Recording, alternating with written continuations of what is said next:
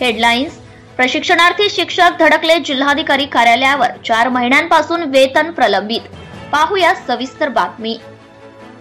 वाशिम जिल्ह्यात मुख्यमंत्री युवा कार्य प्रशिक्षण योजनेअंतर्गत 750हून अधिक डीएड, बीएड धारकांना 6 महिन्याच्या कालावधीसाठी प्रशिक्षणार्थी शिक्षक म्हणून जिल्हा परिषदेत आणि काही खासगी शाळांवर नियुक्ती देण्यात आली.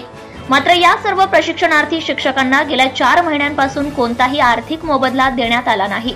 त्यामुळे या प्रशिक्षणार्थी शिक्षकांनी आज जिल्हाधिकारी कार्यालयावर धडक देत प्रशिक्षणाचा मोबदला देण्यासह कालावधी वाढवण्याची मागणी केली. यावेळी मागण्यांचे निवेदनही देण्यात आले. आज आम्ही कलेक्टर ऑफिस वाशिम येथे सर्व मुख्यमंत्री युवा कार्य प्रशिक्षणार्थी शिक्षक आज आम्ही इथे कलेक्टर ऑफिसला आलेलो आहे. आमची सर्वांची एकच अशी मागणी आहे कलेक्टर ऑफिस आणि मुख्यमंत्री साहेबांना की आम्ही जे काही शाळेवर कार्यकाल 4 महिने झाले त्यांचा कार्यकालाबद्दल आम्हाला काही मोबदला मिळालेला नाही. आणि आम्हाला मुख्यमंत्री साहेबांनी सांगितलेलं आहे की बा जिथे तुम्ही प्रशिक्षण घेसाल त्याच ठिकाणी तुम्हाला कायमस्वरूपी करण्यात येईल.